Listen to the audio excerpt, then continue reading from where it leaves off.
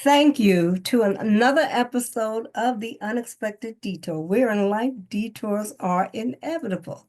I'm your host, Frances Hammond.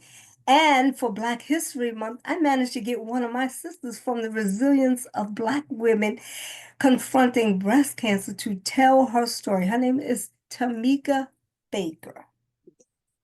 And she is a survivor. She's a mom. She's a hero. She's gonna tell you her story about her breast cancer. Now you gotta remember everybody's story is different. And Tamika's is different. From what I've known, she has had a mastectomy, something I know nothing about. So she had a mastectomy. She has her own business as well called Pink Breastie Sista. And she makes bracelets. They're awesome. Custom made bracelets. They're really, really awesome. So with that, I'm going to let Tamika tell you her story with breast cancer. Tamika, let's start, and you can tell us how you found out about your lump.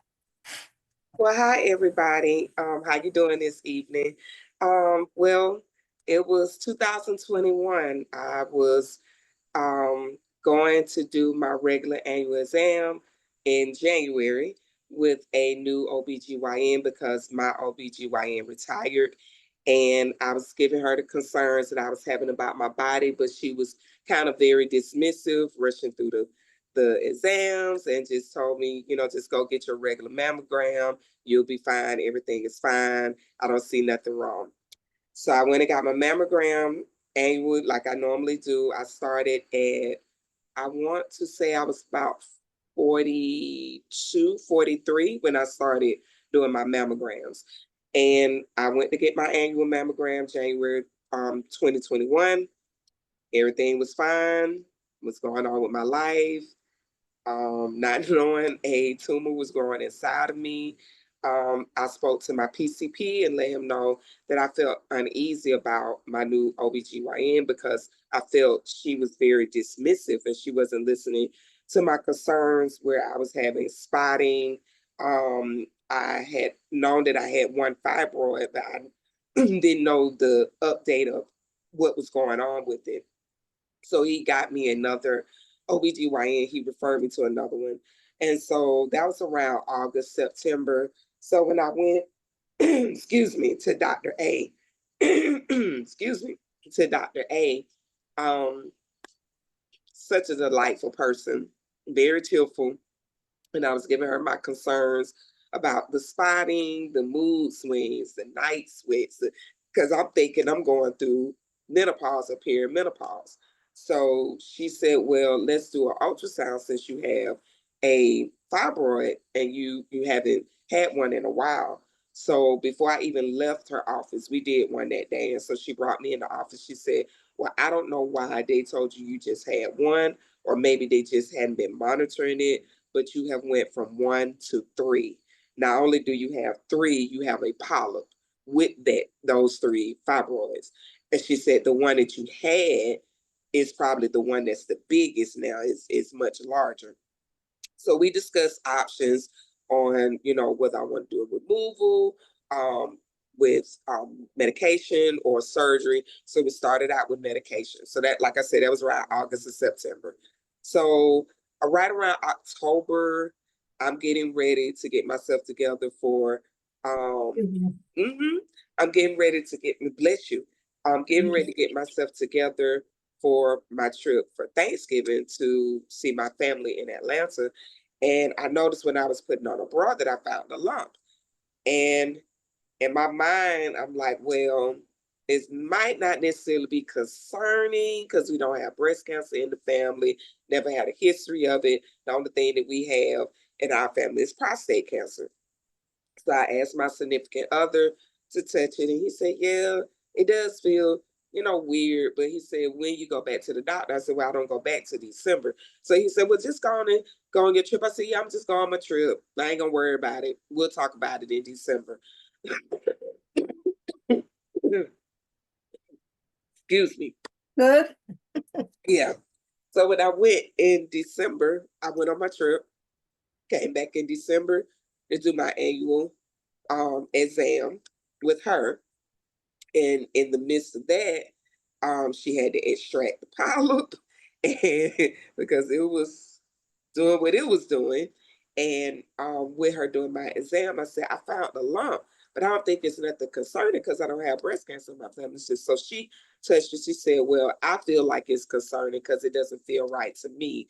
And we're going to get you a mammogram. I said, well, I already had one at the beginning of the year. She said, well, you're going to have another one before the end of the year, and it's going to be diagnostic. And I said, well, the end of the year is next week.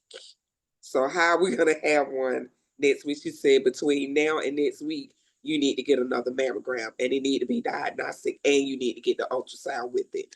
And I said, okay. So I did everything on December 31st, 2021. Got my mammogram, got my ultrasound. They told me that they wanted to bring me back in just to do a biopsy and marker. Still, in my mind, nothing is wrong. You don't have breast cancer in your family, so you're good. And the other reason why I thought that is because my two sisters and my mom had benign tumors before. They was not cancerous that they had removed. So I'm thinking, oh, maybe it's just me. It's just that's something might run in the family. So January came, I did the biopsy, and I was working, and they called me and said, we need you to come into the office to get your results. And I said, okay, good.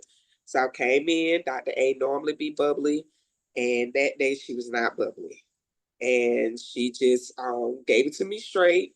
And she was like, you have breast cancer. And I didn't hear nothing else she said after that. I didn't hear you could cure it. I didn't hear the stage. I didn't hear nothing but cancer. And she kind of like did me like this because I kind of blanked out. And before I knew it, I just burst out crying. And she said, did you hear anything I said, no. She said, well, it looks like it's early stage. She said, I don't read these. She said, but it does look like it's early stage. And the way cures and treatment are now, you'll be fine. You can be cured. It's gonna be okay. And so I said, all I hear is cancer. All I hear is cancer. She said, I know that's what you hear, but I need you to relax and we gonna get through this. And I said, okay. I know the feeling. You Yeah, just blank out. yeah, you just Walking blank around, out. And it's cancer, like not me. cancer, just the word cancer. I don't care Yeah. what kind of cancer it is, just the Right. word itself just throws you for a loop. Yes. And so that's when my journey started, the end of January 2022, where I went and got 3 consultations for the surgical oncologist. Then I finally picked the one that I want. And it was like a speed because at that point they told me I had stage 2, triple negative, grade 2B. And they said because my tumor was the size of a golf ball, and Wow. that it was speed, it's speed because they looked at the mammogram that I had in January to December and how rapidly it just grew It from grew. that. Yeah, Yeah. because it was nothing there unless it was tiny and they couldn't see it. It was nothing there in January. But Right. by October, I have a tumor. So February 28th, 2022. I can remember it just like the back of my hand was my first day of chemo. And I did 6 months of chemo. I did a double mastectomy. I did the deep flap, and I'm here today. Did you have to have a mastectomy? I didn't have to have a mastectomy. It They was a gave me choice. that was my choice. So in the 3 consultations that I had, 2 of them, the second one that I went to, I actually turned around because he was a general surgeon and I didn't feel comfortable about that. So the 2 choices that I had left was the breast surgical oncologist, which I did feel comfortable about, but one had a better bedside manner than the other. Right.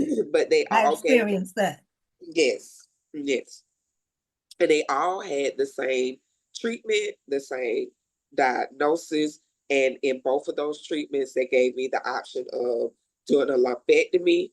But if I would have done a lumpectomy, I would have had to have radiation as Okay. well as with lumpectomies for triple negative, and a lot of women do it because it is your choice.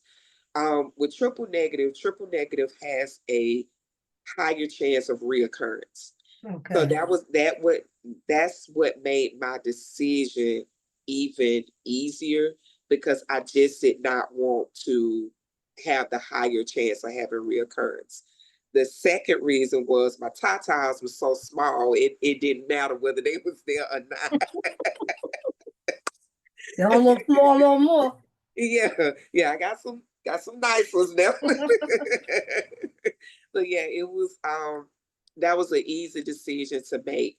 And the other reason why I did the deep flap is because I could have did implants, but during my time of treatment, and actually even before I started treatment, I just started doing a lot of research, because when I was told I had triple negative, in my mind, when you say negative, that's a good thing.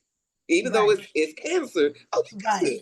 And they was like, no, It's the that's not opposite. Yeah. right. They was like, triple negative, we don't know what fed your cancer. So it's just like, you just in the air. They can't. It doesn't go by your hormones. It doesn't go by your progesterone. It doesn't go by any of that. Yeah, because it doesn't, according to what I've read, it doesn't produce those hormones. Yes, Like it me, just I'm positive, so it overexpression of the hormones, yes. whereas you have the underexpression of them. Yes. Yeah. So it made it easier for me to make those decisions, because, like I said, with the research I was doing, and then I started looking at some of the survivors on YouTube. And shout out to your favorite PO, Brittany. Then, Her, oh, she's on YouTube. She was my go-to for a lot of decisions that I made, because not only did she have triple negative, which I can relate, she had a lumpectomy and it came back. And okay. so she had to have go through it again. She did a deep flap, but it was some things that didn't go right with her surgery, which made me write those things down. So when I went to my doctor, so when I finally actually met her, I was like, you don't understand how much your YouTube channel helped Oh, me you with met her? some of the sick. Yes, yes, Oh, okay. yes. She lives here in Houston, Oh, and what's her we name? Brittany? Brittany. Her name is Brittany. Her page is your favorite PO. She's a parole officer. Oh, And, okay. I and must follow her. yes, yes. And we was both at a breast cancer event. And And maybe when we could get her on our thing. yes, yes, yes. We was at a breast cancer event for Survive Her, which is a organization that's based out of Houston, but she goes to different cities. Lindsay. And we met, and I just told her, at that time when I was going through what I was going through, I went on social media. I wasn't, I kind of like kept it in my small circle Right, with my family and my right, closest friends. right. And I had already got off of social media during the pandemic, because I had a brother to pass, I had some cousins to get COVID, I had some classmates to pass. So I went in kind of like a deep depression, to where I just Oh, did okay. work, stay, because I work from home. So it was like work, sit on the couch and eat, work, sit on the couch, and just kept from being right, and kept from being around other people. So even though with triple negative, they don't know where it comes from, some of the habits I feel like that I created for myself during the pandemic, it enhanced my chances to get breast cancer, because weight is an issue. I've never been as big as I was until the day I got on the scale for my first chemo. I was 180 pounds, and I couldn't believe it. And she was like, "You've been sitting around eating a lot, haven't you?" I said, "Yep." And so I was, Wow. yeah, I was eating, I was drinking. I'm just not gonna. I'm gonna be honest. That's the type of person I am. I That's why I literally, like you, because you just transparent. I'm just transparent. I Yeah. had, I used to go to the store to get food, and Mhm. then I had a refrigerator full of wine, just Oh, full of it. So I was just eating, drinking, eating, drinking, eating, drinking, and just and just my mind kept, thinking the worst. And my significant other, of course, he had to go out the worst. So I would get on him about, take your clothes. I was just stressed out. So those are some of the things that, like I said, the habits that I had that Right. I felt like may have carried me through that with the weight, with the drinking, and with the stress. I try to express to women that I swear weight has a lot to do with it. Yes. Because I remember when I was like 170 pounds, Mm-hmm. and that doctor said, you're overweight. And I was like, then I would be a string bean. He was like, your weight should be 137. But I was young, dumb. I ain't pay him no mind. But then when menopause set in, the And weight. that's the other thing, the menopause, the Mhm. perimenopause. I was going through it. I Yeah, was literally going because through you it. had those fibroids too, Yes, right? yes, I was going through it. And that's the only thing. The other thing that I could say maybe contributed to me getting breast cancer and the type of breast cancer I had is the history of prostate cancer in my family.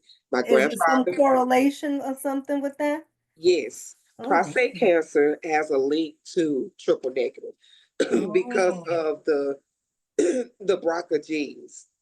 So okay. because my grandfather had prostate, his brother had prostate. That is my Mm-hmm. link to my breast cancer. Shout out to survive her.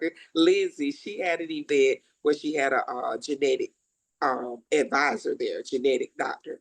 And she brought that up and it was like a light bulb that just hit. And I was like, that's my link. And I asked her afterwards and she said yes. She said, why you ask? I said, did I hear you correct that prostate? She said, yes. She said, why you ask? I said, well, my grandfather and his brother had prostate cancer. And she said, and what type of cancer you had? I said, triple negative. And she said, that is your link. That is your link to your, Really? yeah, yeah, That's interesting. yeah. But the other interesting thing, I had genetic testing done and none of the genes popped up. Nothing in my history, Really? no nothing. So it's just, it's like it's it's the thing with I'm just glad now it's more people doing these type of testing to figure out what's going on with triple negative. Um why is it so it's widespread? Because And I know from what I've read with triple negative, you get chemo, a lot of chemo, right? You had yeah, that chemo more? I did 6 months of chemo. Okay. I literally did 6 months of chemo where I had the Keytruda as well, which that is one of the things that they added in for triple negative patients to see if that helps out with the not only the treatment but the reoccur to keep down the reoccurrence. Oh, so you still take the Keytruda? No, I Oh, had you, oh, Keytruda during my oh, during your treatment. yes during Okay, my treatment. Yes, every okay. treatment that I had Keytruda. And you don't have to take anything else now? Oh, No, God no. bless you. Yeah, I'm extremely thankful. I hear a lot of stories of other people that went through their journeys, and I just be thankful every day, even with the surgeries. I just be thankful every day because it I'm could have thankful that went. God saved you so we can meet. Yes, yes, Yeah. yes, Because yes. I want you to explain to everybody about this, how this mastectomy is done. You explained it, but a lot of people don't know how it's really done. Because remember, I asked you, is it the same thing that they give those stars, Uh-huh. Uh-huh. So, silicone? But so you had something different. yes. So with the double mastectomy, my plastic surgeon and my oncology surgeon worked together. And how it worked is that I had the expanders. When I went in for my double mastectomy, both surgeons was there. So once they got done with my mastectomy, they cleared everything out. They did not do nipple sparing because which was explained to me so perfectly. The point of not doing nipple sparing is if you're trying to get rid of the cancer and you put the nipple back with the same tissue that you just took off, that you just had cancer with, why would you put it back on to your body Right. to expose you again? It makes sense. Yeah. So that when they explained that to me, I totally understood it. So my doctor, she did the double mastectomy, and then my plastic surgeon, he came in behind her and did the expanders. So my question, I'm always asking questions, which they told me, you always ask a question. I said, yes, because I want to know. And so Exactly. I asked him, I said, well, why I can't do the deep flap now? Why, you're taking out the tissue, just put, do it. They said, well, number one, we do not like to have you under that long to do that type of surgery, because with a deep flap, the deep flap is from 10 to 12 hours, depending on the doctor. And number two, they wanted to take my tissue that they was taking out, the breast tissue, to test it to make sure that the cancer was gone and that it wasn't any other cancer in my other breasts, so that Okay. way everything will be good when I do decide to do what I need to do. And plus, if it would have been cancer still detected, I would have had to do radiation. So that's the other reason why they don't like to go ahead and do the deep flap, because the radiation will actually, the tissue that they transfer from your stomach to your breast will actually burn and shrink in radiation. Oh, Yes. Yes. okay. So now that explains why I had radiation and this shrunk. Uh-huh. And Uh-huh. and over here is tight Uh-huh. from and believe you me, it hurts. Because sometimes I thought I was having a heart attack. But Exactly. Mhm. But they did the expanders. I kept the expanders in, I want to say, for 3 to 4 months. Tissue expanders are, they look like implants, but they're not implants. They Okay. are placed in your breast to mold and shape your breast. So Right. what happens is the doctor, with my surgeon, Dr. S, a lot of my doctors I call because the name be so big, I have to get them nicknames. So Yeah. Dr. S, Dr. Shisherman, but Dr. S, he every 2 to 3 weeks, I would go in for them to put in fluid like saline in it to fill it up. His motto is he fills it up a little bit when he places them in, so he can kind of shape and mold how your breast is gonna look. Then Right. every 2 weeks, or however long you're gonna have the expanders, they put enough in to just keep bringing it up to the size that, number one, either A, you're comfortable with, or B, they're comfortable with. Okay. So you can ask for what size you want? Yes, yes. So Okay. so when I went for my consultation, I asked them for all surgical information, implants, deep flap, tram flap, all the different flaps. I was like, tell me about everything. And so once he told me, he said, well, what size would you like to be? I said, well, I'm an A cup right now.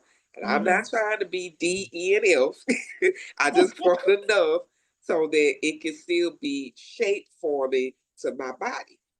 So he told me, he said, stand up and bend over. And I stood up and bent over. He grabbed a little face. He said, yeah, you got enough.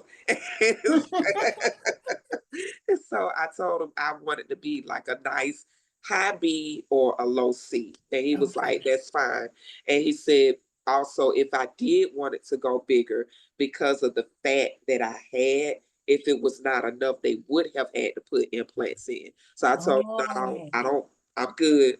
Or I could have did the tram flap, but I was like, nope, I'm good with what you're What's gonna that do. tram flat? So tram flap is where they take it from your back or your thighs. It's two different ones. I know one, they can take it from your back fat, or they can Mhm. take it from your thigh meat. Oh, Yeah, okay. yeah. So I like my thighs, so I didn't want to take my thighs. It was like, leave them, right? Leave what I got. Right. See And what so God gave me, my thighs. right, Yeah. right. And so with I did the deep flap in December of 2022.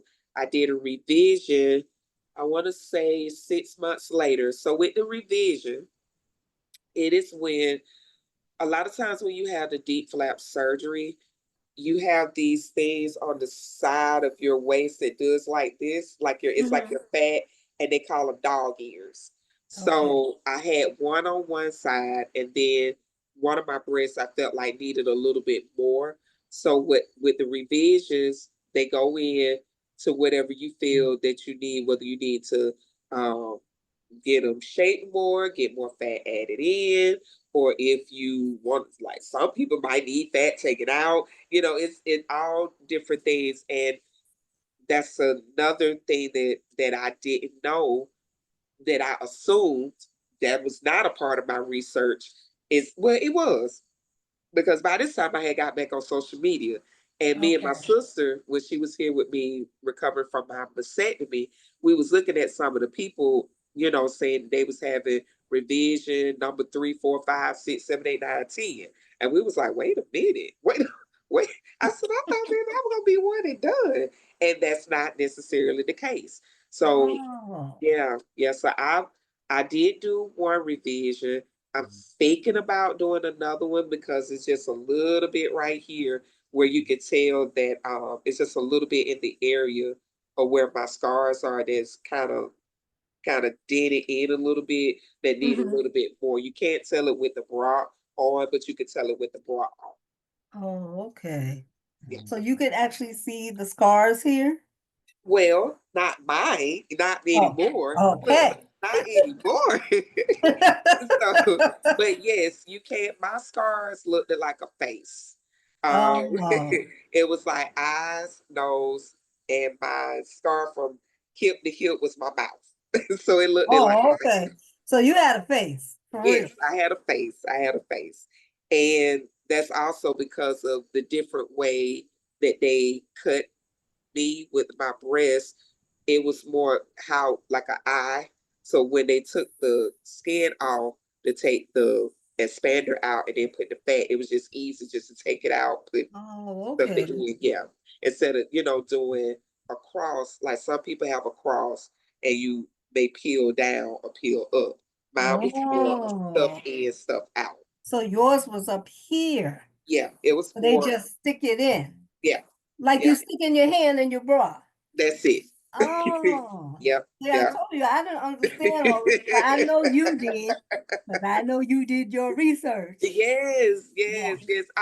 Now trust me, I was scared. My surgery was 12 hours and I did it. I spent Christmas in the hospital. So I want to say it was 2 days before Christmas when I got it done. And I was scared. That's a long They time to put be those under. drains in you too? Yes, I had to have What's those the drains bugs. for? So it's to drain the extra fluid of blood and all the icky Oh, stuff when you have surgeries out.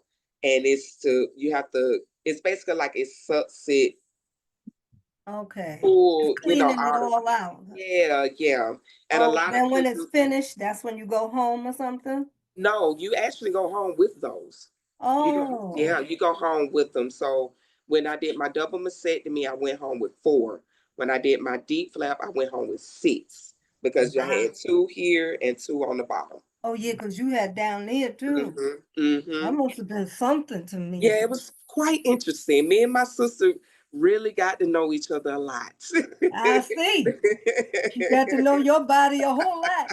A whole lot. She A got to know whole your lot. body and know what to do too. Well, that was your nurse, right? Yeah, it You was had that done in Texas? yes, I had it done at Texas. My treatment came out of Houston Methodist. I went to the Willowbrook location.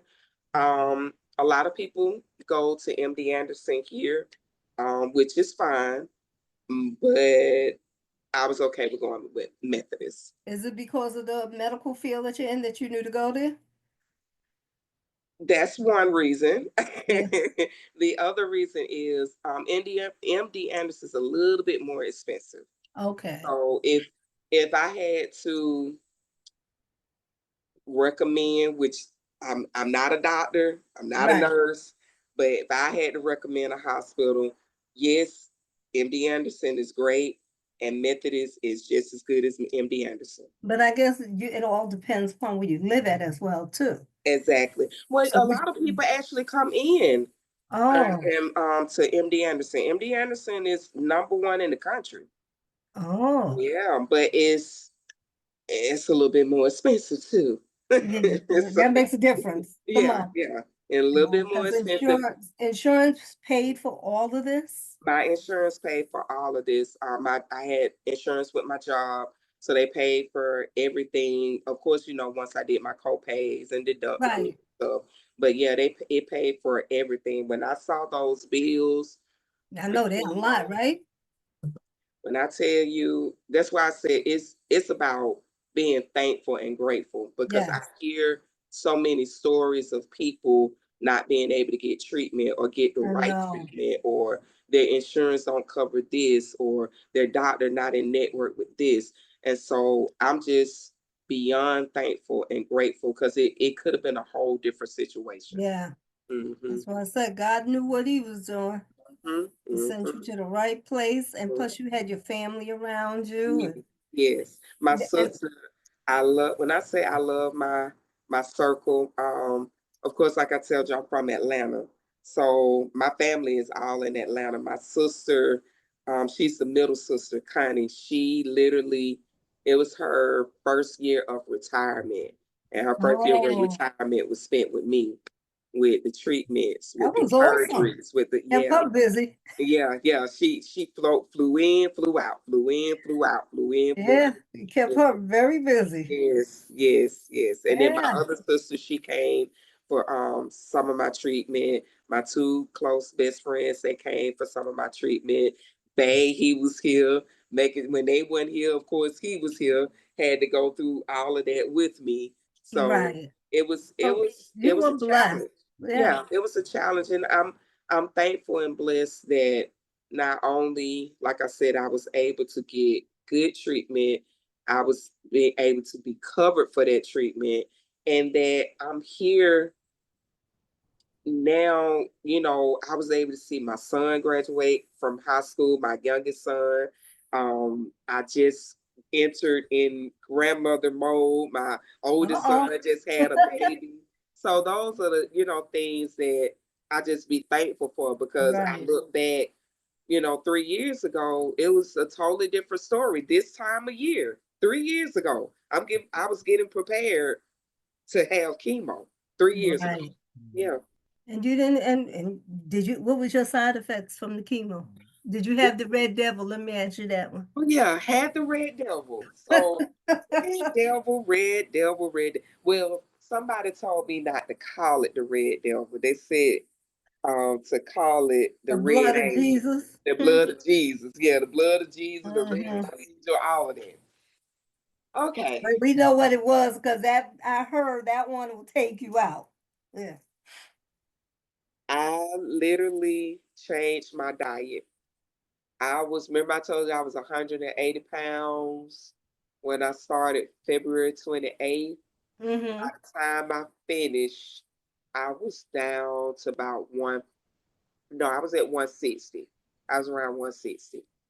So I had lost 20 pounds. Um, what I did to prepare for my chemo every morning is, of course, always drink plenty of water. Right. During your chemo, after your chemo, before your chemo, just Every day. plenty of water. I always fast the day before my chemo, because when you go in, with a lot of people I've heard had to turn around that day and not get their chemo the day they were scheduled because of their levels. So of course, they test you for your red blood And you cells, got to white get blood your cells. blood work done. Yeah. Yeah.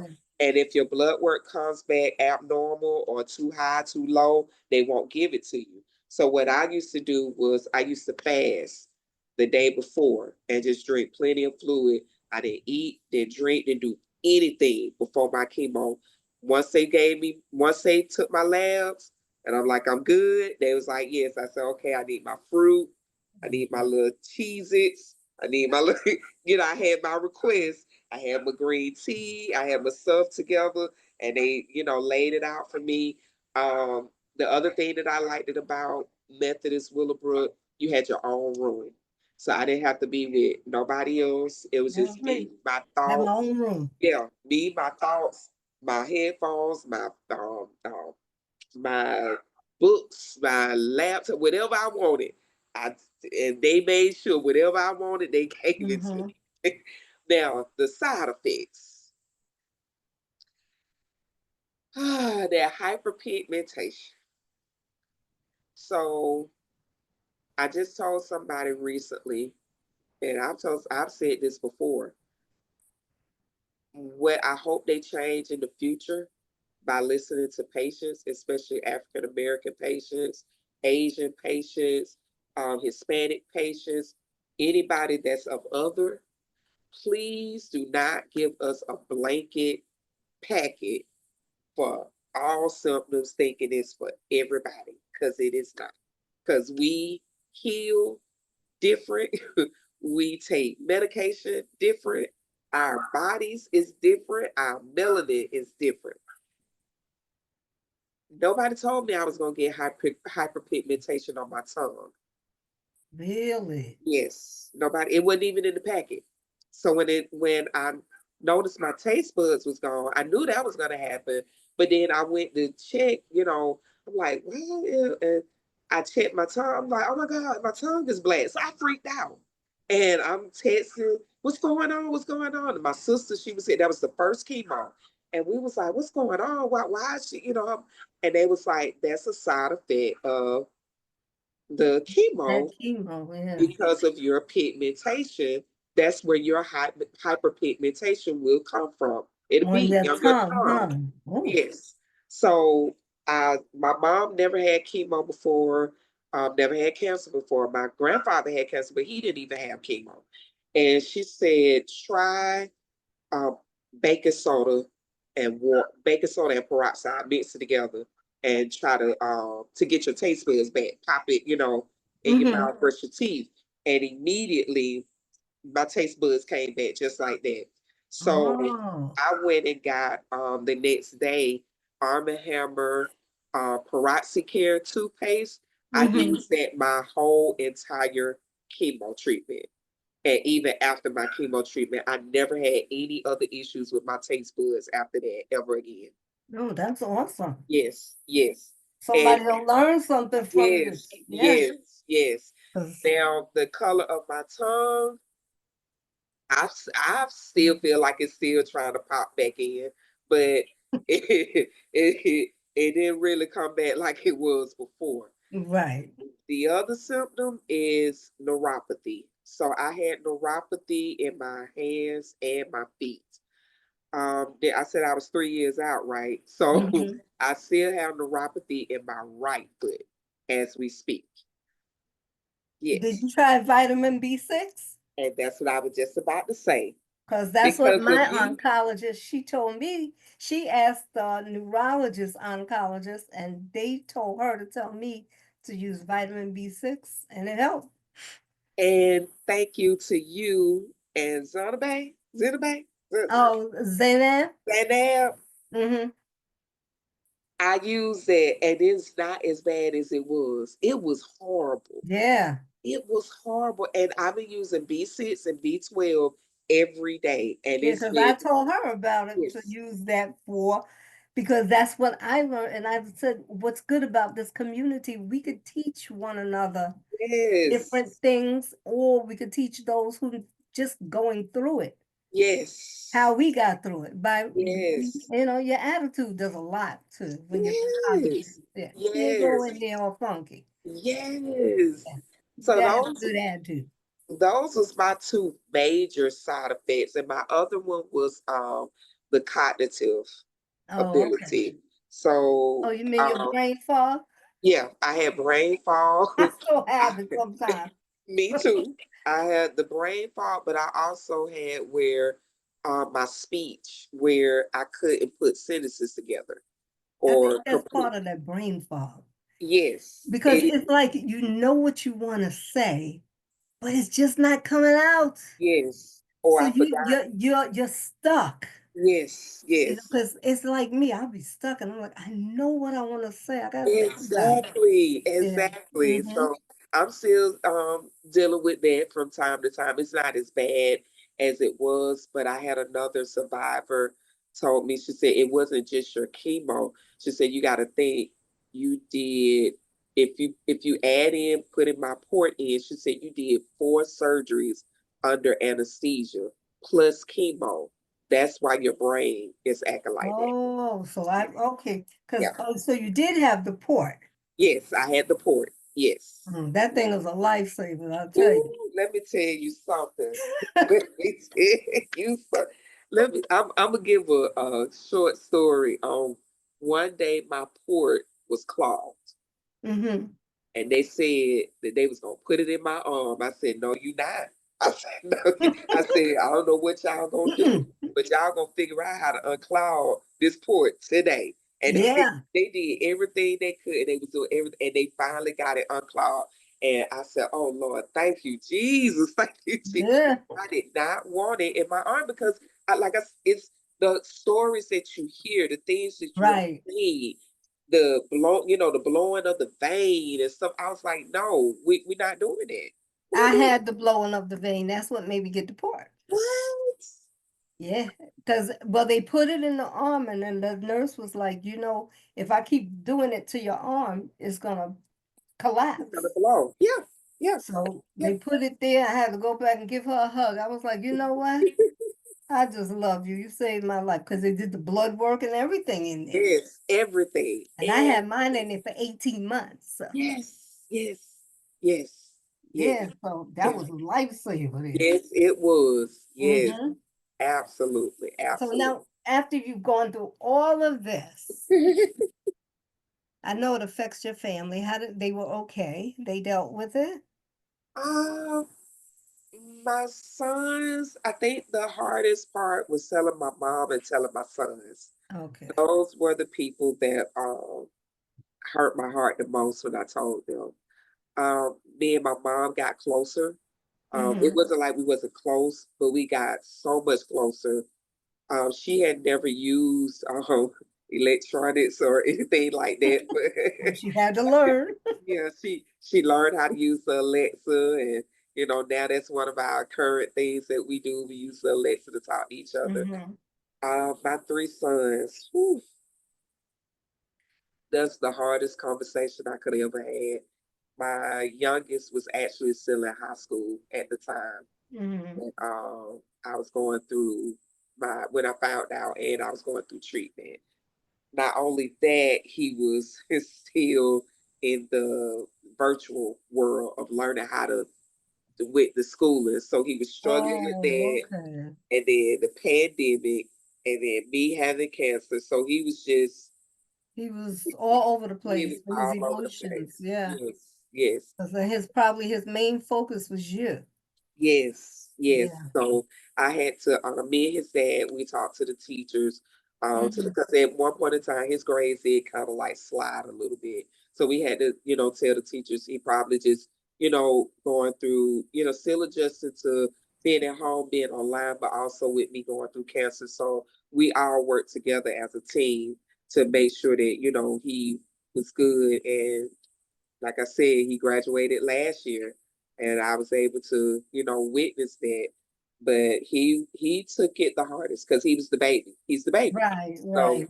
yeah, so And he, now you can't get rid of him, right? yeah, yeah, yeah. Probably stuck to And you the like old, this, right?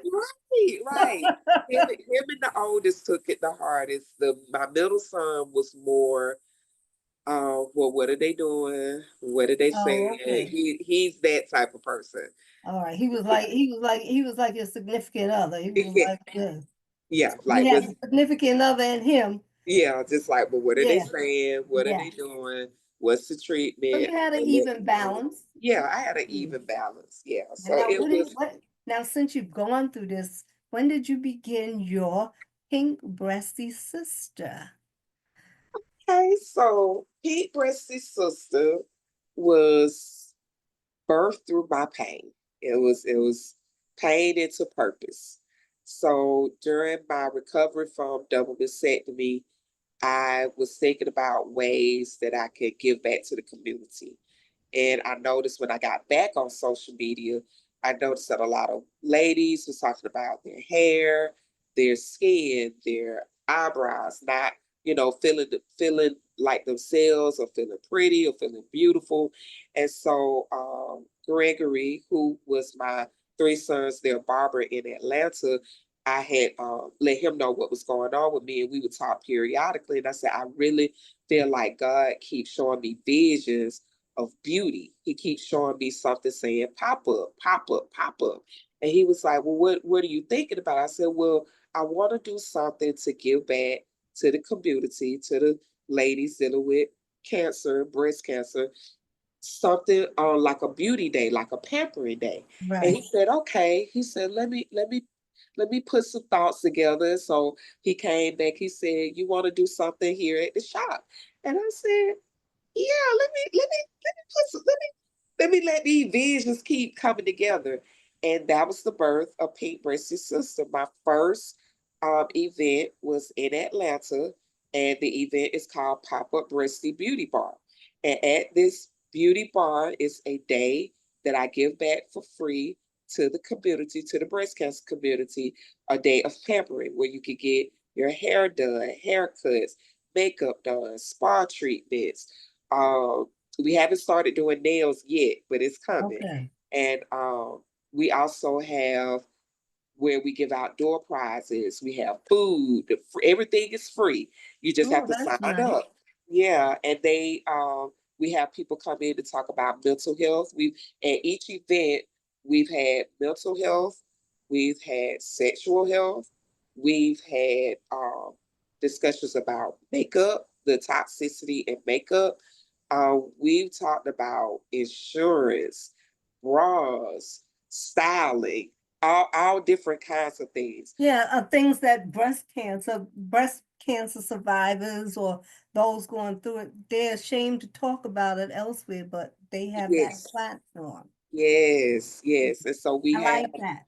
yes. And so when I started in Atlanta, um, I said, well, I know I say here in Houston, I can't just be here and not do something here in Houston. So we did one here in Houston. And so with us doing it here in Houston, we actually partner up with Ogle Beauty School here in Houston. And what we do, we have it at the school where the students give back and do services on the survivors, but they also get a chance to learn about how to handle breast cancer patients, how Right, to um, be personable with them, how to handle their hair, how to handle their skin. And then we have stylists that comes in that are already stylists that mentors them on how to do hair. So it's a collaboration, not just for the survivors, but also for the community to come together for right, one big cause. But it's also a networking because a lot of the students that are at Ogle is mostly younger women, and they really don't know anything about, breast cancer and how it can affect the skin and how the hair, and how if you have a survivor that comes in to say, well, I have on a wig, I don't want to get, my hair done. I just want my scalp massaged, and those type of conversations. So it's a win-win across the board. So we not only have Pop-Up Breasty Beauty Bar, we have the Paint Through Your Pain, which also was developed. that sounds like fun. Paint through your thing. I like that. Yes, Paint Through Your Pain. So I had a co um, host with me on the first one, and she was dealing with mental health illness as far as like anxiety and depression. And then with us, with cancer survivors. And this event, I actually opened it up to cancer survivors across the board, not just breast cancer, and the caregivers. So at these events, you are creating through your pain, and we would pick different things to create. So the first event we did rugs, that doormats for your front door, back door, however you want to put it, and then the second event, which was last year, we did pillows. And Oh, that's so nice. each year is something different, but it gives the opportunity for the caregivers and the cancer survivors to come together to have a day where they can bond as well as listen to each other's stories. I was gonna And say, and they're not, they're listening to the different stories of what each yes, one goes through, because no two stories are the same. yes, exactly. And we always, always, always, with any of my events, we always try to focus on the mental health piece. I really do think people sometimes forget that, yes, our tumor is gone, our cancer is gone, but sometimes it's Up still here, here. it's It's still still there. here. It's Yeah, still here.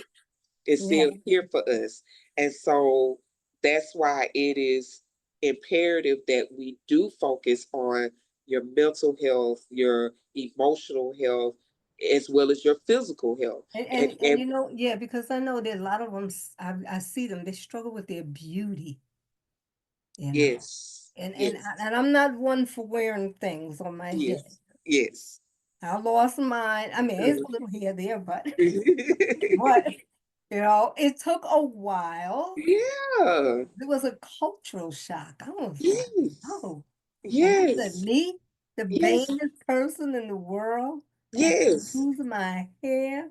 And that's the thing. When they Yeah, told me that that was going to be a side effect, I already knew that. I'm like, okay, I'm gonna lose my hair. But when it actually happened, I lost my mind. I yeah. literally went into a shell because I had locks, and my locks was down to like in the middle of my back, Well, almost to nobody told you to my cut boo your hair boo. off, huh? And I literally did this, and it just started falling out, Yep. and I had to go get them cut. And I cried. I cried like a baby in that because you and like you said, it's not about being vain. It's almost just like you're losing a part of yourself Yeah. to something that you never thought Yep. it would be you. And then to not have it on your hair Yeah. when it's there, you appreciate it. Yes. Yes. You know, and Yes. then you learn to take care of it. Yes. Yes. Or Absolutely. you will learn that all those chemicals and the stuff you're putting in your hair, it's seeping through just through your skin. Yeah. So all that stuff was not good for you either.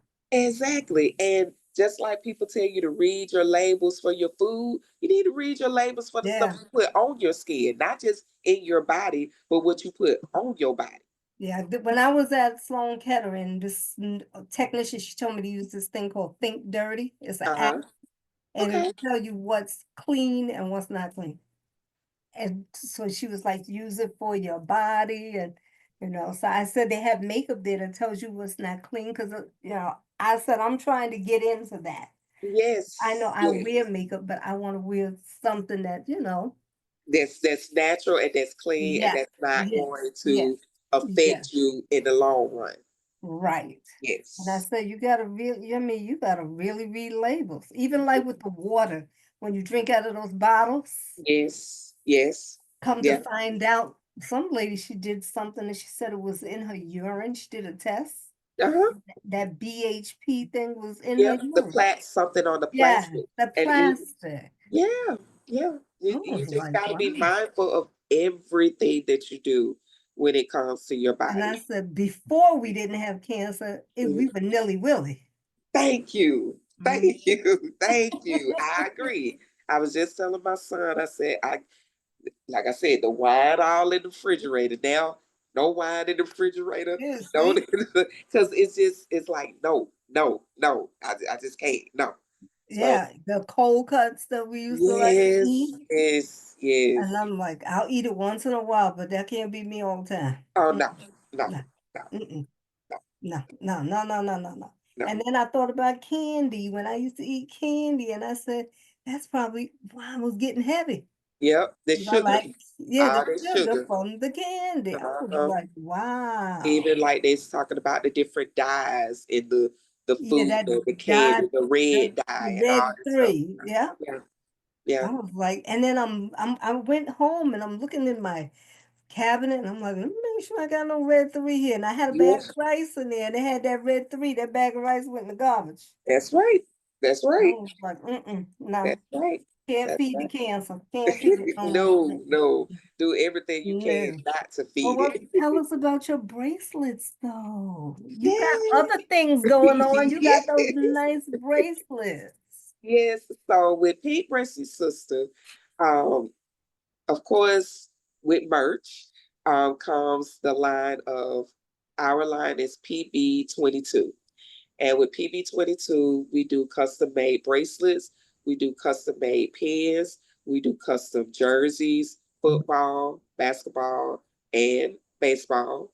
And we have like different shirts with different sayings on it. So with my bracelets, that came about what I wanted to do to give back to the ladies that put their arms around me and held me close with their love, their hugs, their prayers, whether it was here in Houston, whether it was East Coast, whether it was West Coast. I said, I want to do some bracelets. So one day I just sat down and I just started doing bracelets and finding little African American breast cancer charms. And each bracelet, everyone has a different bracelet. So my sisters, my niece, my best friends, a couple of my coworkers, all of them have bracelets, but they all different. It was specially made for them as a thank you for them to be around me. So I said, if that's one of the signature things that I did for them, I started doing it for the pop up Breastie Beauty Bar, to where each participant I sit and hand make those bracelets Oh, for you them and sitting there give and them. making them while they're there? No, I give it to them in their Oh, you bag. make, okay. Yeah, yeah, I give it to them in their bag, and then That's once awesome. yeah, and once we started doing it here, I started doing the pins for the people who support, as Hmm. well as the people who come to help. So I give them the actual custom made pins, and the pins they look like, you remember the old baby pins, Yeah, the big ones. That's what it's yeah. made of, the big baby pins. Oh, I gotta give me some of them. Well, I already saw the bracelets and nobody else saw the bracelets, but they're awesome. But Yes, you're gonna tell yes, people how they can get in touch with you. Do yes. you travel? If somebody asks you to travel, I know they gotta pay you for your coffee or whatever. Yes, yes, I Okay. do. I am open to traveling. I know a lot of people have been saying the pop-up Breastie Beauty Bar, like, oh, I wish we had something like this here. And so we are working on expanding Very outside good. of Atlanta and Okay. Houston. That will Okay. be further coming next year. We're working Okay. on that.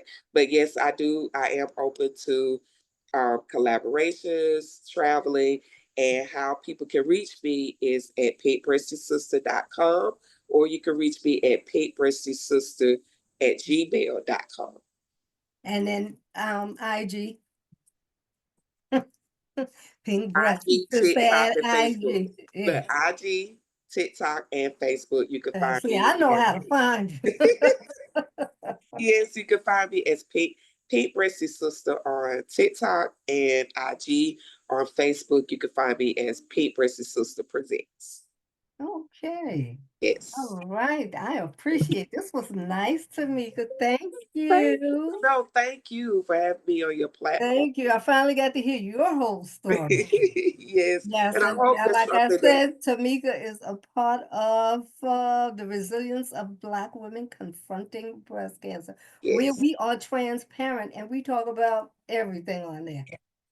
Everything. And all the ladies are transparent. There's only 8 of us too, and it's really a good group.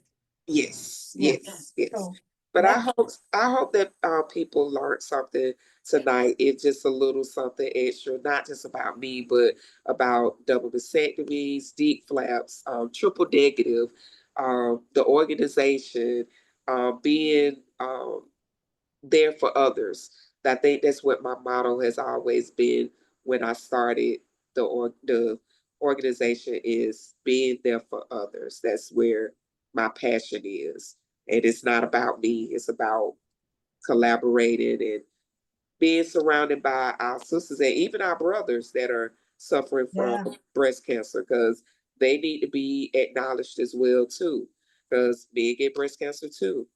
Wouldn't So it be nice if all the organizations just came together as one yes, yes. to And look, in collaborate these with day and everything times, that they have going on? Because each one has something to offer to the community. yes. And that's That why, would be awesome. yes, and that's why with some of the organizations that I do affiliate myself with or support and they support me, it's always where we help each other. And Right. so that's what it's all about. It's not about us, it's about shining a light on the survivors, shining a light on helping and being there for the survivors. Well, I thank you because you helped me with the podcast. And thank you. No, And thank shine the light on it. You shine the light. Yes. you. You're welcome. Thank you Yes. so much. Okay, well, we're going to conclude with tonight's episode for the first one of Black History Month. And we're going to thank Tamika for taking out the time to come on and share her journey. With Yes. that, we'll be back again. You'll see Tamika next Thursday. Yes. Yep. And we will have the whole group of the resilience of Black women confronting breast cancer. Okay. Thank you. You're welcome.